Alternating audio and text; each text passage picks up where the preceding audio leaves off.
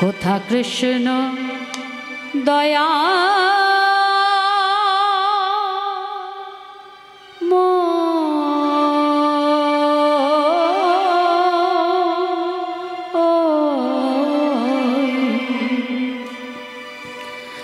আজু মোদের প্রাণ যায়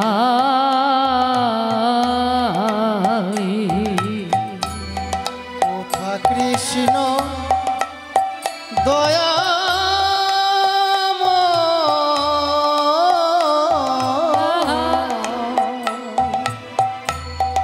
আজু মোদের প্রাণ বুঝি যা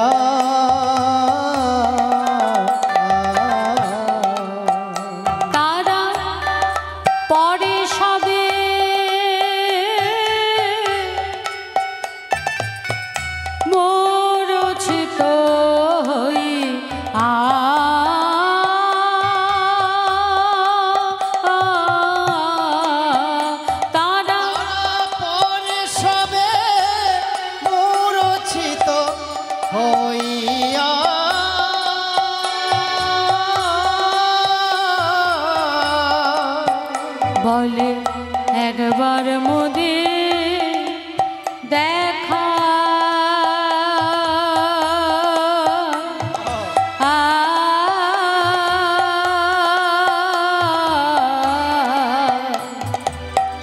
দেখা দিরে ভাই বুঝি মোদের প্রাণ যাবার আগে ওরে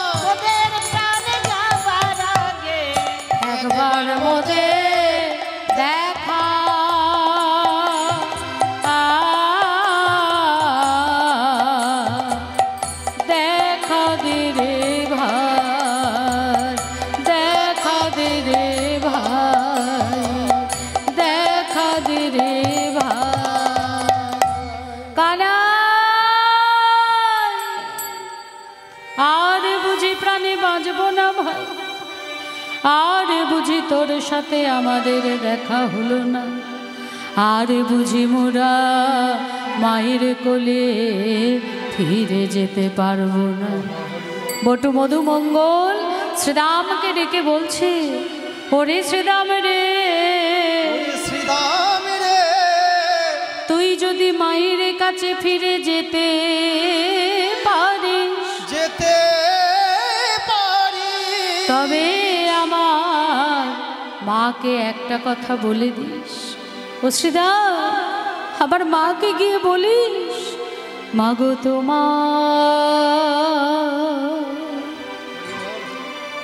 তোমার মধু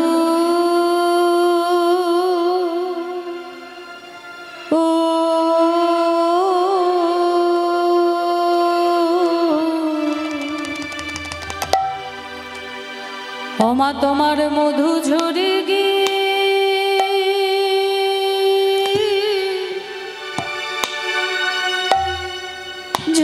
গিয়েছে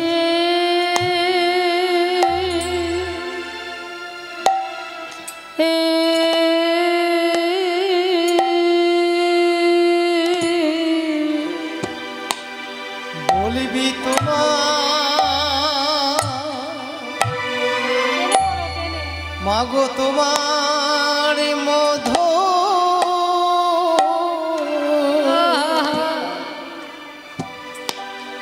তোমার মধু ঝরে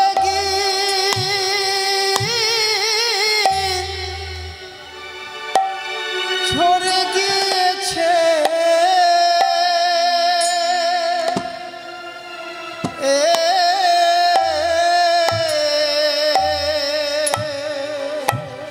ওই না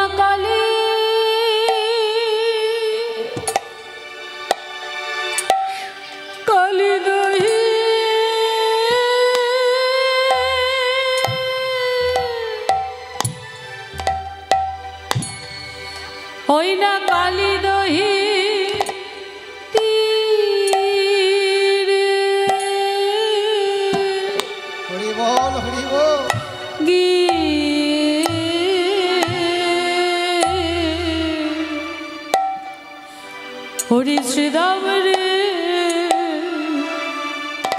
বলিস মাগো তোমার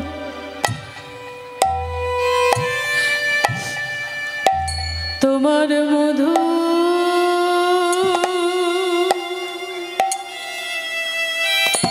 ও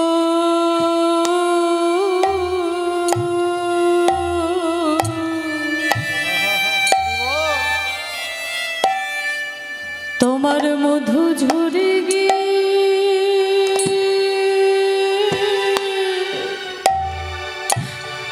ঝরে গিয়েছে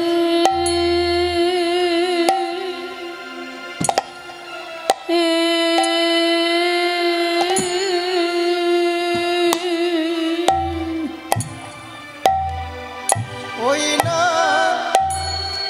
কালী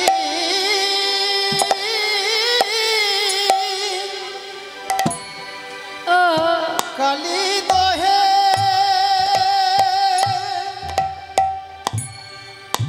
তীরে গিয়ে তোমার মাবো লাধো হানাই গেছে ওই না কালী কালী দহে তীরে গিয়ে সে যে আর কো নদী ফিরে আসবে ওই না কালী দহে তীরে গিয়ে তোমায় মা বলিয়া ডাকবে না ওই না তোমার বাবা লাধা হারায় গেছে ডাকবে না গো তোমার বাবা রাধা হারাই গিয়েছে বলে আর ডাকবে না গো তোমার বাবা রাধা হারাই গিয়েছে হরি হরি বল হরি ডাকবে না গো তোমায় মা বলে আর ডাকবে না গো তোমায় মা বলে আর ডাকবে না গো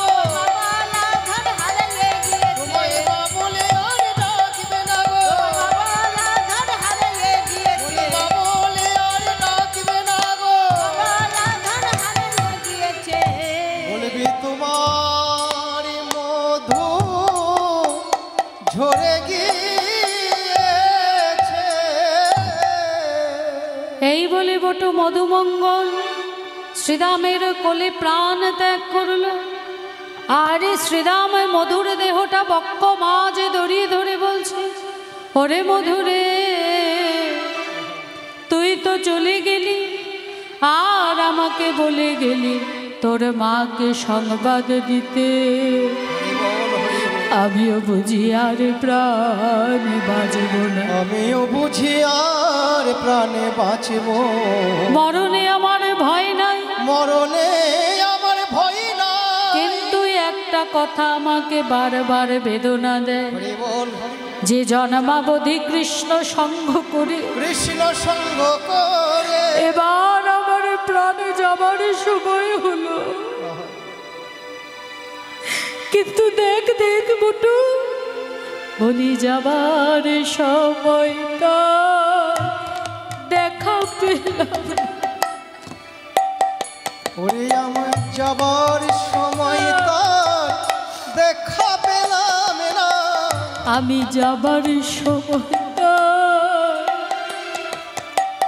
দেখা পেলাম না।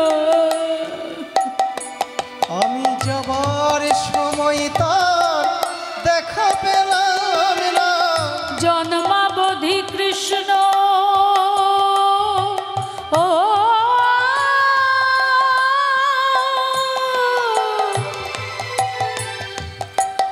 জন্মাবধি কৃষ্ণ যাবার সময়টা দেখা পেলাম না। আমি জন্মাবধি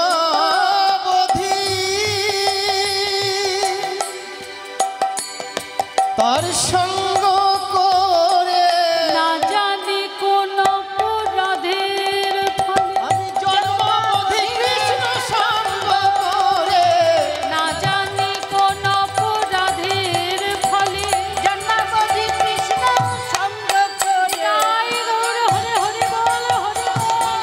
জন্মাবধি কৃষ্ণ সঙ্গ করে না জানি কোন অপরাধের ফলে জন্মাবধি কৃষ্ণ সঙ্গ করে আমি না জানি কোন অপরাধের ফলে যাবার কালে তার দেখা পেলাম না।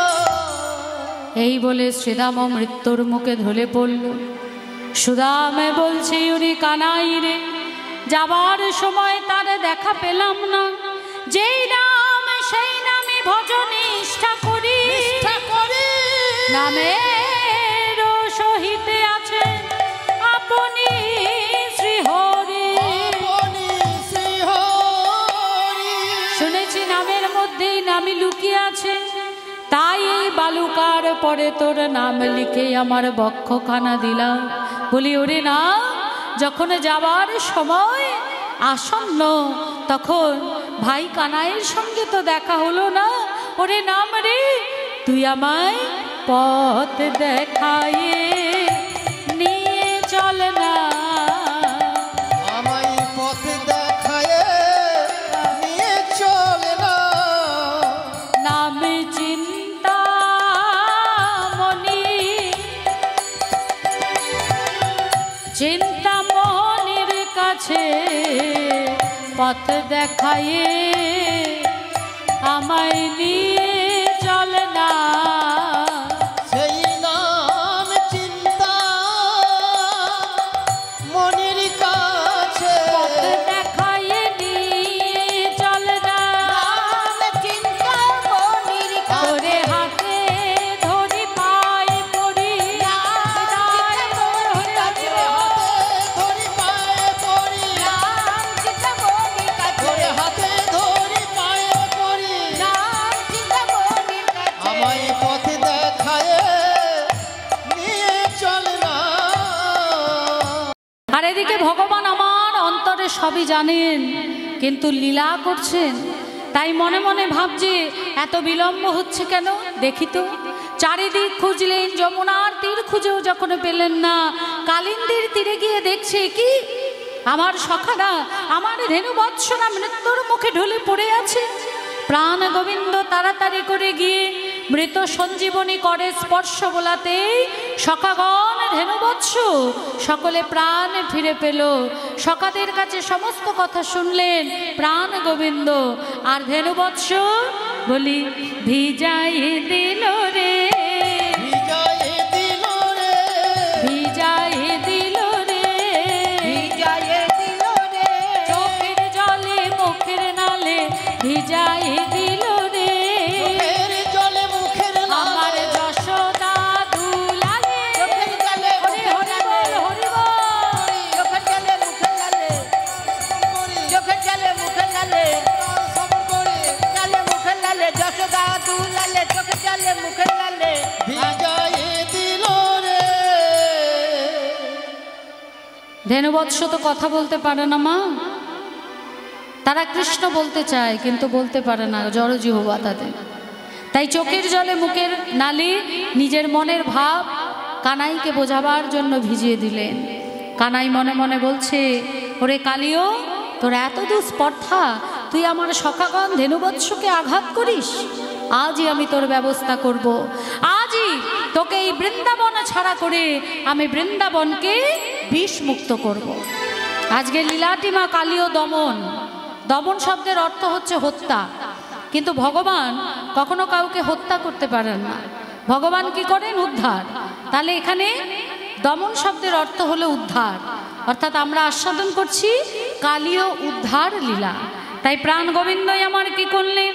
ওই কদম্ব বৃক্ষের ওপর উঠে দেখি যদুনন্দন দুষ্ট সর্প বিনাশন।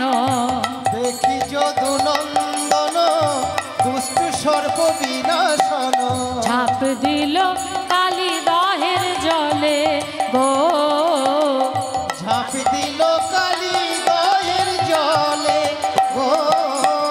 ঝাঁপায়ে পড়িল, ঝাঁপায়ে পড়িল, ঝাঁপায়ে পড়িল, ঝাঁপায়ে পড়িল। নাগ দমন করবে বলে ঝাঁপায়ে পড়িল।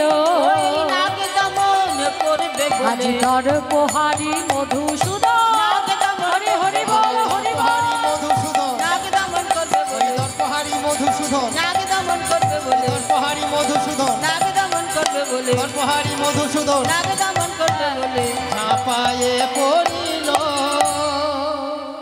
তা প্রাণ গোবিন্দ আমার কদম্ব বৃক্ষের উপরে উঠে কালীদহে ঝাঁপ দিলেন। তাই কালীদহের মধ্যে বাস হচ্ছে কালী ও নাগের মা। এই কালী ও নাগ কালীদহে এলো কেমন করে? আমরা কদম্ব বৃক্ষ অব্দি শুনেছি। তারপরে ভাগবতীয় কথাটা কি না, যখন এই গরুর ওই অমৃতের ভাণ্ডটি নিয়ে এলেন এবং আসতে দেখে কদ্রু তাড়াতাড়ি করে ছুটে এসে বলছে, কিরে অমৃত এনেছিস? গরুর বলছে, এনেছি ছোট মা। দে দে আমাকে অমৃত দে। বলছে, দাঁড়াও, তার আগে বলো আমার মা আজ থেকে তোমার দাসীবৃত্তি হতে মুক্ত তো? লোভাতুরা কদ্রু বলে উঠলেন, ওরে আজ থেকে তোর মাকে আমি দাসীবৃত্তি হতে মুক্তি দিলাম, আজ থেকে তোর মা মুক্ত। তাহলে এবার দে। বলে, দাঁড়াও ছোট মা, এইভাবে অমৃত পান করা যায় না। আমি নদীর তীরে কুশের উপর অমৃতের ভাণ্ড রাখছি, তোমরা নদীতে নেবে স্নান করো, শুদ্ধ হয়ে তারপর অমৃত পান করবে। কদ্রু বলে উঠলো, এটা যে আসল অমৃত বুঝবো কেমন করে? তখন গরুর কি করলেন, ওই অমৃতের ছিটে ফোঁটা যেই না ছড়িয়ে দিলেন, সঙ্গে সঙ্গে মৃত সঞ্জীবনী বৃক্ষের জন্ম হলো। কদ্রু বিশ্বাস করলেন এই হলো অমৃত। কুশের উপর রাখলেন পুকুরের পাড়ে। আর লোভাতুরা কদ্রু তার সর্পপুত্রদের নিয়ে পুকুরে স্নান করে যখন উঠে আসছে অমৃত পান করবার আশায়, ঠিক সেই সময় ইন্দ্রের পুত্র জয়ন্ত সেই স্থানে অদৃশ্য অবস্থায় এসে ওই অমৃতের ভাণ্ডটিকে হরণ করে নিলেন। চোখের সামনে অমৃতের ভাণ্ড হরণ হতে দেখে সহ্য করতে পারল না কদ্রু। তাড়াতাড়ি করে এসে ওই কুশাসন চাটতে শুরু করলো। কুশাসন চাটতে চাটতে তাদের জিহ্বা হলো দুখণ্ড, যার জন্য সাপেদের বিষ চেরা, সাপেদের জিভটা চেরা, দুটো খণ্ড সাপেদের জিভ। এরপর থেকেই গরুর কি করে না, সাপ দেখলেই ধরে ধরে খায়। রাগেতে যখনই সাপ দেখে ধরে ধরে খায়। সর্পকুল আলোচনায় বসে এইভাবে যদি গরুর সাপ ধরে ধরে খায় তাহলে সর্পবংশ নির্মূল হয়ে যাবে। তার থেকে এক কাজ করা যায়, প্রত্যেক অমাবস্যা পূর্ণিমায় বহু ভোজনাদির সঙ্গে একটি করে সাপ গরুরকে ভেট দেওয়া হবে, গরুর যেন আর সাপ ধরে না খায়। গরু রাজি হলো এই প্রস্তাবে। সব ঠিকঠাকই চলছিল মা, যেই না কালীয় নাগের পালা পড়লো, বহু ভোজনাদি এবং সেই সঙ্গে মানে নিজেকে ভেট দেওয়া, এইসব ভেবে কালীয় নাগ কি করলো না, সে এসে এই কালীদহে আশ্রয় নিল। গরুর তার পিছনে যখন ধাওয়া করলো, কালীদহের তীরে এসে গরুর আর কালীয় নাগকে ধরতে পারল না, সেখান থেকে ফিরে গেল। কেন গরুর সেখান থেকে ফিরে গেল? এখানেও একটা খুব সুন্দর ভাগবতীয় তত্ত্ব আছে, দেখুন। এই কালীদহে তপস্যা করতেন সৌভরী মুনি। খুব শক্তিশালী এবং খুব পরাক্রমী ছিলেন এই সৌভরী মুনি। ঠিক ওই কদম্ব বৃক্ষের তলায় তিনি তপস্যা করতেন। তা এই সৌভরী মুনি তিনি দেখবেন যারা যজ্ঞ করে স্ত্রী ছাড়া, আস্তে আস্তে এখানে কথা বলবে না মা, আস্তে, স্ত্রী ছাড়া কিছু কিছু যজ্ঞ আছে যেটা স্ত্রী ছাড়া সম্পূর্ণ হয় না। তা সৌভরী মুনি কি করলেন না, তখনকার দিনে রাজার নাম হচ্ছে মানদাতা, তার পুত্র হচ্ছে যুবরাশ্য। এই যুবরাশ্যর 50টি কন্যা ছিল। এক হলো দক্ষ রাজা, যার 64টি কন্যা, আর এই যুবরাশ্যর হচ্ছে 50টি কন্যা। তা সৌভরী মুনি ওই যুবরাজের কাছে গিয়ে বললেন যে আপনার তো মোট 50টি কন্যা আছে, তার মধ্যে থেকে একটি কন্যাকে আমায় দিন, তাকে আমি বিবাহ করব শুধুমাত্র যজ্ঞ সম্পূর্ণ করার জন্য। নিতাই গৌর হরি বল। যজ্ঞ সম্পূর্ণ করার জন্য আমি বিবাহ করতে চাইছি, অন্য কোনো কারণে নয়। এবার রাজা মনে মনে ভাবছে আমার মেয়ে ছোটবেলা থেকে রাজ ঐশ্বর্যে প্রাচুর্যে বড় হয়েছে, একজন মুনি তাকে নিয়ে গিয়ে তাকে কি সুখ দেবে, নাও বলতে পারছে না। বললেন শোনো, আমার তো মোট 50টি মেয়ে, রূপে গুণে তারা অতুলনীয়, তাই আমি স্বয়ংবর সবার আয়োজন করব এবং সেখানে আমি 49টা রাজ্যের যুবরাজকে আমন্ত্রণ। আপনি যখন আপনার একটা কন্যাও আমার কাছে দিতে পারলেন না, তখন আপনার কন্যাকে বিবাহ করব আমি। এই বলে তিনি কি করলেন না, আসামে চলে গেলেন। আসামে যে কামাখ্যা মন্দির, সেখান থেকে 35 কিলোমিটার দূরে মদন দেবতার একটা মন্দির আছে। আমরা অনেকেই জানি না, আমাদের ভারতের কত জায়গা আমরা কিন্তু চিনি না। আর এই পুরো জায়গাটা স্বামী বিবেকানন্দ, আমার নিতাই চাঁদ, আমার গৌর সুন্দর পায়ে হেঁটে ঘুরেছিলেন, পুরো ভারতটা পায়ে হেঁটে ঘুরেছিলেন। যদি সম্ভব হয় আসামে কামাখ্যা মন্দির দর্শন করতে গেলে সেখান থেকে 35 কিলোমিটার দূরে এই মদন কামদেবের মন্দির অবশ্যই দর্শন করতে আসবে। মুনি ঋষিরা সেখানে যেতেন তপস্যা করার জন্য। আর এই সৌভরী মুনিও গেলেন এবং গিয়ে তিনি কামদেবতার চরণে নিবেদন করলেন যে আমি তোমার তপস্যায় বসছি, হে কামদেবতা, আমাকে তুমি তোমার মতো সুন্দর করে দাও। সমস্ত দেবতাদের মধ্যে সব থেকে সুন্দর কামদেবতা। তাই সৌভরী মুনি সেই আশায় তপস্যায় বসলেন এবং দেখতে দেখতে একদম কামদেবতার মতো অমন সুন্দর একজন যুবা পুরুষ হয়ে উঠলেন। যেই দিনকে এই 50 জন কন্যার, যেই দিন এই 50 জন কন্যা স্বয়ংবর সভা, সেই দিনকে 49 জন যুবরাজ আর এই সৌভরী মুনি এলেন। তার এমন রূপ, এমন চেহারা, এমন জ্যোতি, রাজার 50টি কন্যার 50 জনই তাদের বড়মালা সৌভরী মুনির গলায় নিবেদন করে তাকে স্বামী রূপে গ্রহণ করলেন। নিতাই গৌর হরি বল, হরি বল, হরি বল। সৌভরী মুনি রাজাকে বলছে, হে রাজন, আমি আপনার কাছ থেকে একটি মেয়ে চেয়েছিলাম তপস্যা করার জন্য, কিন্তু আজ দেখুন আপনার 50টি মেয়ে আমাকে তাদের তার স্বামী রূপে স্বীকার করেছে, বরণ করেছে। তাহলে এই 50 জন হলো আমার স্ত্রী। তা সেই সৌভরী মুনি তিনি ওখানে তপস্যা করতেন। একদিন কি হয়েছে, গরুর খেলতে খেলতে খুব জল পিপাসা পেয়েছে, আর যখনই এই কালীদহে জল পান করতে গেছে তখন সেখানে দেখছে কি না, শোল মাছ খেলা করছে। একটা বড় মা শোল মাছ আর অনেক ছোট ছোট, মানে মায়ের সব বাচ্চা। একটা শোল মাছ সে হচ্ছে মা আর বাকিগুলো হচ্ছে বাচ্চা। তা গরুর মনে মনে ভাবছে জল পান করতে এলাম, তার সঙ্গে যোগও পেয়ে গেলাম, একেবারে জলযোগ দুটোই হবে। জল পান করতে গিয়ে ওই একটি করে শোল মাছ ধরছে আর উদর সাত করছে। মায়ের সামনে তার সন্তানদের ধরে ধরে খাচ্ছে ওই সৌভরী মুনি। মায়ের বুক ফেটে যাচ্ছে, কিন্তু মায়ের চোখের জল বোঝার ক্ষমতা গরুর নেই, গরুরের নেই। তাই মায়ের সামনে সন্তানদের হত্যা করছে, খাচ্ছে। সেই সময় সৌভরী মুনি সেখানে এলেন এবং সেখানে এসে গরুরকে বললেন, কে তুমি? আমার এই তপস্যার জায়গায়, আমার এই শান্তির জায়গায় তুমি হিংস্রতা ছড়াচ্ছ? তোমার এত বড় সাহস, তোমার কি মানবিকতা বলে কিছু নেই? মায়ের সামনে সন্তানদের ধরে ধরে খাচ্ছ, মায়ের অবস্থাটা দেখো। এই মুহূর্তে আমি তোমায় অভিশাপ দেবো। যেই না বলেছে, সঙ্গে সঙ্গে গরুর সৌভরী মুনির চরণ জড়িয়ে ধরলেন। চরণ জড়িয়ে ধরে বলছে, হে মিনিবর, আমি ঋষিমুনিদের বড্ড ভয় পাই। আগে আপনি আমার কথাটা শুনুন, তারপর যদি মনে হয় আমায় অভিশাপ দেবেন তখন আমায় অভিশাপ দেবেন। দেখুন, আমি হলাম পক্ষী জাতি, আর পক্ষী জাতির খাদ্যই হলো পোকামাকড়, সেটা জলে হোক বা ডাঙায়। মাছরাঙা কি খায়? মাছ খায়। বক ছোট ছোট মাছ ঠোঁট দিয়ে ধরে খায়। তাহলে আমিও তো পাখি।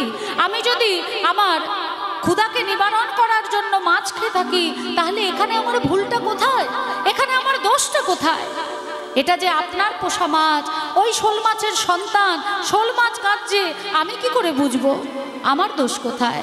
সৌভরী মুনি মনে মনে ভাবলেন, তাই তো, গরুর কি করে বুঝবে? গরুর এর তো বোঝার ক্ষমতা নেই। তাই বললেন, শোনো, এরপর যদি কোনোদিন তোমাকে এই কালীদহে ত্রিসীমানায় দেখি, সঙ্গে সঙ্গে তোমার সর্বদেহ ভস্মীভূত করে দেব। কালীদহে এলে তোমার সমস্ত দেহ ভস্মীভূত হয়ে যাবে। সেই থেকে আর গরুর কালীদহে তীরে আসে না। এই ঘটনাটা কালীয় নাগ শুধু জানত। তাই গরুরের হাত থেকে বাঁচবার জন্য কালীয় নাগ কি করলো না, পরিবারবর্গ নিয়ে কালীদহে সৌভরী মুনির চরণ আশ্রয় নিল এবং মহা আনন্দে সেখানে বাস করতে শুরু করলো। তা আজকে আমার ভগবান কদম্ব বৃক্ষ থেকে ঝাঁপ দিয়েছে কোথায় না, ঝাঁপ দিয়েছে কালীদহে।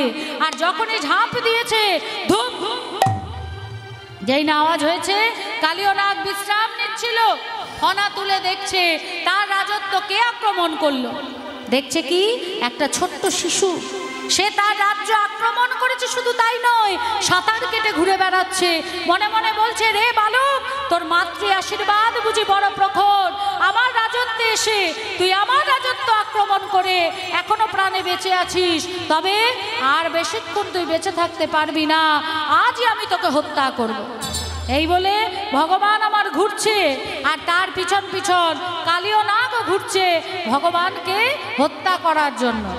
তামা ভগবান যদি ধরা না দেয়, তাকে ধরবে এমন সাধ্য কার আছে? আছে কারোর সাধ্য? মা যশোমতীকেই ধরা দেয়নি। ভগবানকে ধরতে গেলে দুটো জিনিস লাগে, এক হলো ভেতরের আকুলতা, আর দুই হলো নয়নের প্রেম বাড়ি। এই দুইটি না থাকলে ভগবান কখনো ধরা দেয় না। যখন ছোট্ট গোপাল ঘরের মধ্যেই ননি চুরি করেছিল, মা যশোমতী আমার উদরে বাঁধছিলেন, মানে দামোদর, দাম মানে দড়ি, উদর মানে পেট। যখন এই বাঁধতে এসছে, 2 আঙুল কম পড়ছে, মানে দড়িটা 2 আঙুল কম। মা ভাবছে এই দড়িটা ছোট, আরো দড়ি নিয়ে আসি। যত দড়ি আনুক না কেন, একটার সঙ্গে একটা জুড়ে যখন বাঁধতে যাচ্ছে, প্রত্যেকবারই 2 আঙুল করে কম পড়ছে। কেন? এই 2 আঙুলের মীমাংসা করলেন গোপাল চম্পু গ্রন্থে শ্রীজীব গোস্বামী পাদ। শ্রীজীব গোস্বামী পাদ, রূপ গোস্বামী সনাতন গোস্বামীর ভাইপো হচ্ছেন এই শ্রীজীব গোস্বামী। এই 2 আঙুলের মীমাংসা করলেন। প্রথমত, মা আমার গোপালকে বাঁধছে, মায়ের অন্তরে কোনো আকুলতা নেই। আর দ্বিতীয় আঙুল হলো, মা গোপালকে বাঁধছে, মায়ের নয়নে জল নেই। যেহেতু ভক্তের নয়নে জল নেই, আকুলতা নেই, তাই ভগবান আমার ধরা দিচ্ছে না। যখনই মা আমার কেঁদে ফেলেছে, যখনই আকুল হয়ে উঠেছে, তখনই ভগবান আমার ধরা দিয়েছে। মা আমার গোপালে কোমরে বাঁধলেন, নাম হলো দামোদর। ভক্তের যদি অন্তরে প্রেম ভক্তি থাকে, মা ভগবানকে বাঁধতে লাগে না। ভগবান নিজে এসে বলে, তোমার এত প্রেম, এত ভক্তি, সেই জোরে আমি বাধা পড়তে চাই, আমাকে বাঁধো, আমাকে বাঁধো, আমাকে বাঁধো। সত্যযুগে নারায়ণ, ত্রেতায় রামচন্দ্র, দাপরে কৃষ্ণ, আর কলিতে হলেন শ্রীকৃষ্ণ চৈতন্য মহাপ্রভু। এই 4 যুগে হলেন 4 দেবতা। শ্রীমদ্ ভাগবত বলছেন এই কথা। তো সেই ভগবানকে বাঁধতে গেলে কোনো কিছু লাগবে না। দামি দামি রত্ন নয়, দামি দামি কাপড় চোপড় নয়, রাজভোগ নয়, কিচ্ছু নয়, শুধু একটুখানি ভক্তি আর নয়নের প্রেম বাড়ি। ভগবান নিজে এসে তার কাছে ধরা দেবে। তা যতক্ষণ ভগবানের পিছনে ঘুরছে, ভগবানও ধরা দিচ্ছে না, আর কালীয় নাগও ভগবানকে ধরতে পারছে না। ভগবান আমার মনে মনে ভাবলেন যে এইবার এই লীলা আমাকে সাঙ্গ করতে হবে, কালীয় নাগকে উদ্ধার করতে হবে, তাই আমাকে স্থির হতে হবে। ভগবান স্থির হলেন এবং নিজের দেহটা পাষাণে পরিণত করলেন। যখনই দেখেছে ভগবান স্থির হয়েছে, আষ্টে পৃষ্ঠে ধরে যেই না ছবল মেরেছে, সঙ্গে সঙ্গে দাঁতগুলো ঝরঝর ঝরঝর করে পড়ে গেছে। যার জন্য সাপের দাঁত নেই। সাপের দাঁত দেখা যায়? ভগবানকে ছবল মারতে গিয়ে সব দাঁতগুলো ঝরে ঝরে পড়ে গেছে, ওই জন্য সাপের দাঁত নেই। তা দাঁতগুলো যে পড়ে গেল, তারপর ভগবান কি করলে না, লেজটিকে ধরে কালীয় নাগকে শূন্য পথে বনবন বনবন বনবন করে ঘোরাতে ঘোরাতে যত ঘোরাচ্ছেন মেরুদণ্ড টুকরো টুকরো হয়ে যাচ্ছে। যেই না ছুঁড়েছেন ছিটকে গিয়ে পড়ে ভয়ে গহ্বরের মধ্যে ঢুকে পড়েছে কালিয়নাগ। কালিয়নাগের শিরদাঁড়া সোজা নয়, সাপের ওই কালিয়নাগকে ঘোরাতে গিয়ে শিরদাঁড়াকে টুকরো টুকরো করেছিলেন, যার জন্য সাপ সোজা যায় না, এঁকে বেঁকে যায়। শিরদাঁড়া সোজা হলে সোজা যাবে, শিরদাঁড়া ভাঙা, তাই এঁকে বেঁকে যায়। যেই না ভিতরে ঢুকে গেছে মা, আর সঙ্গে সঙ্গে ভগবান আমার কি করলেন না কালিয়নাগের লেজটিকে ধরে টানছে, বলে আয় বাইরে আয়, দেখি দেখি তোর কত বিষ আছে, কত বিষ আছে তোর, বাইরে আয়। এই বলে ভগবান আমার কালিয়নাগকে টেনে বার করে এনে নিজের পদাঘাতের আঘাতে কালিয়নাগের ফলাগুলিকে এক একটা করে টুকরো টুকরো করছে। বিষ কি আর থাকতে পারে? আর বিষ নেই, এবার শুধু রক্ত বমন হচ্ছে। ভগবান বলছে কত বিষ আছে, দে আমায় দে, তোর সব বিষ আমায় নেব, তোর কত বিষ আছে। আর বিষ নেই মা। স্বামীর শেষ দশা দেখে তার সর্পপত্নীগণ তারা সকলে মিলে সেই স্থানে এসে ভগবানের চরণে করজোড় করে বলছে, ও হৃদয়ময় স্বামী হারা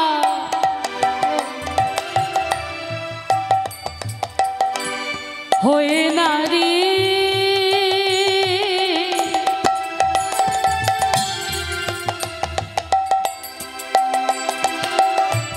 বাঁচব বলো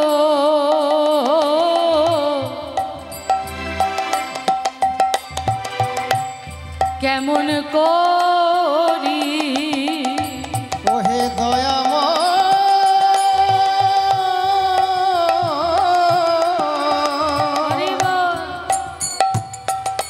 স্বামী হারা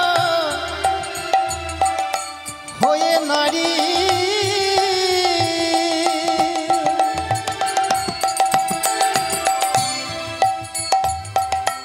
বাঁচব বলো কেমন করি, লয়ে শিশু লয়ে শিশু পুত্র কন্যা গণে, আমি লয়ে শিশু পুত্র কন্যা গণে, সাধে জাগে মোদের চিতে,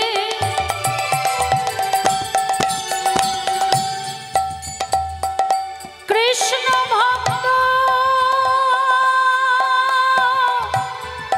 স্বামীর সাথে, সাধ জাগে মোদের চিতে,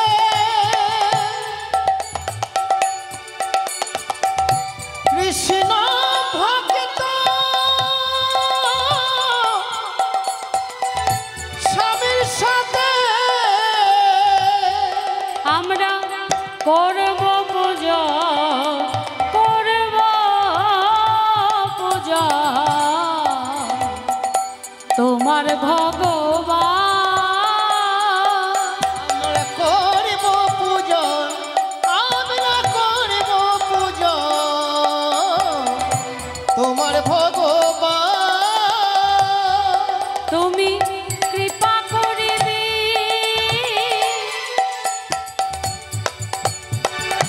নীলে যখন,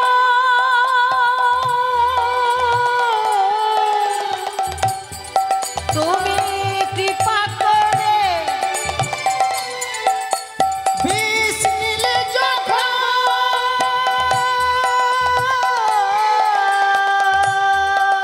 আর বিনিময় দিলে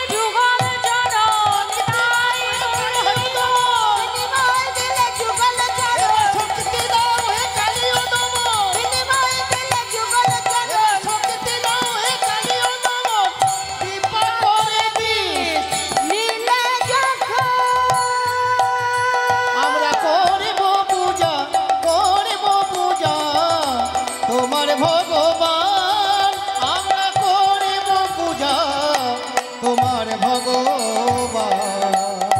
এইদিকে